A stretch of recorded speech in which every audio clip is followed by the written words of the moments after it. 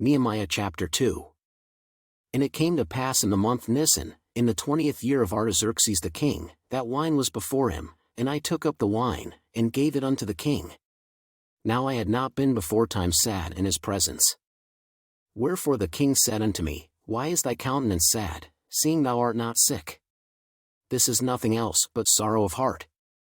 Then I was very sore afraid, and said unto the king, Let the king live for ever. Why should not my countenance be sad, when the city, the place of my father's sepulchres, lieth waste, and the gates thereof are consumed with fire?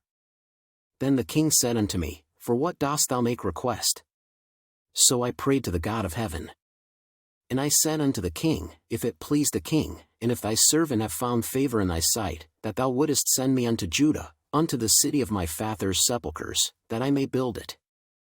And the king said unto me, the queen also sitting by him, For how long shall thy journey be? And when wilt thou return? So it pleased the king to send me, and I set him a time. Moreover I said unto the king, If it please the king, let letters be given me to the governors beyond the river, that they may convey me over till I come into Judah. And a letter unto Asaph the keeper of the king's forest, that he may give me timber to make beams for the gates of the palace which appertain to the house, and for the wall of the city, and for the house that I shall enter into. And the king granted me, according to the good hand of my God upon me. Then I came to the governors beyond the river, and gave them the king's letters. Now the king had sent captains of the army and horsemen with me.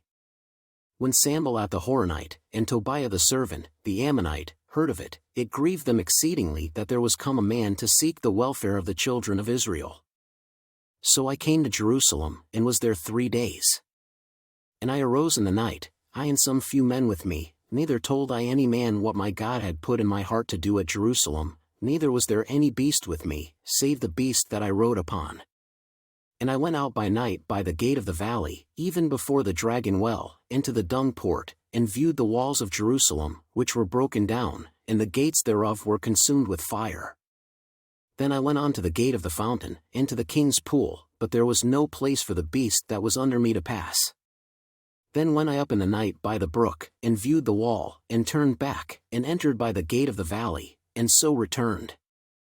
And the rulers knew not whither I went, or what I did, neither had I as yet told it to the Jews, nor to the priests, nor to the nobles, nor to the rulers, nor to the rest that did the work. Then said I unto them, Ye see the distress that we are in, how Jerusalem lieth waste, and the gates thereof are burned with fire. Come, and let us build up the wall of Jerusalem, that we be no more a reproach. Then I told them of the hand of my God which was good upon me, as also the king's words that he had spoken unto me.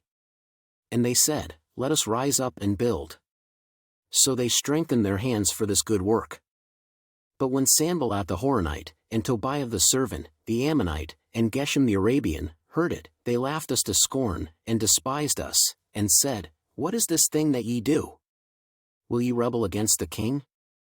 Then answered I them, and said unto them, The God of heaven, he will prosper us, therefore we his servants will arise and build, but ye have no portion, nor right, nor memorial, in Jerusalem.